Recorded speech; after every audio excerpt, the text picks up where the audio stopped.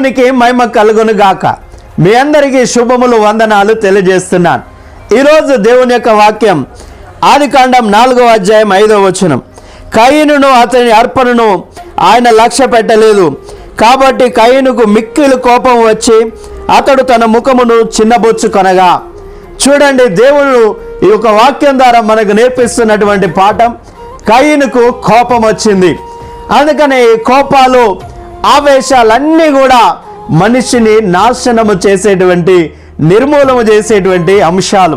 ఈ యొక్క అనేక రకములైన చెడు అలవాట్లు ఎప్పుడైతే మనం అలవర్చుకుంటామో, దేవుడు సృష్టించినటువంటి ఆ నియమాలు పాటించకుండా రాత్రి నిద్రపోయి ఉదయమంతా పని చేయడం ఎప్పుడైతే మానేసి రాత్రి పని చేయడం, ఉదయమంతా నిద్రపోవడం ప్రారంభిస్తామో, ఇవన్నీ సమస్యలు ఎదురవుతూ ఉంటాయి. అందుకనే చెడుగా పొగ త్రాగడం, అలాగే మద్యం సేవించడం, ఇటువంటి అన్నీ కూడా హానికరమైనవి. అందుకనే ప్రసంగి గ్రంథం 7వ అధ్యాయం 17వ వచనంలో దేవుడు రాస్తూ ఉన్నాడు, నీ కాలానికి ముందే నువ్వు ఏలా చనిపోతావు.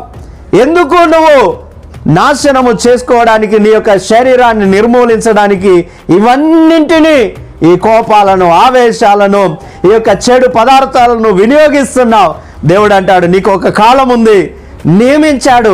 ఆ కాలం దాకా నువ్వు బతకాలి కదా, ఎందుకు ముందుగానే చనిపోతావు? దేవుడు నీ ఎడల పశ్చాత్తాపడుతున్నాడు.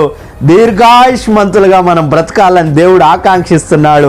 దేవుడు మనల్ని, మన కుటుంబాన్ని వాక్యం ద్వారా దీవించును గాక. లైక్ చేయండి, షేర్ చేయండి, సబ్స్క్రైబ్ చేయండి.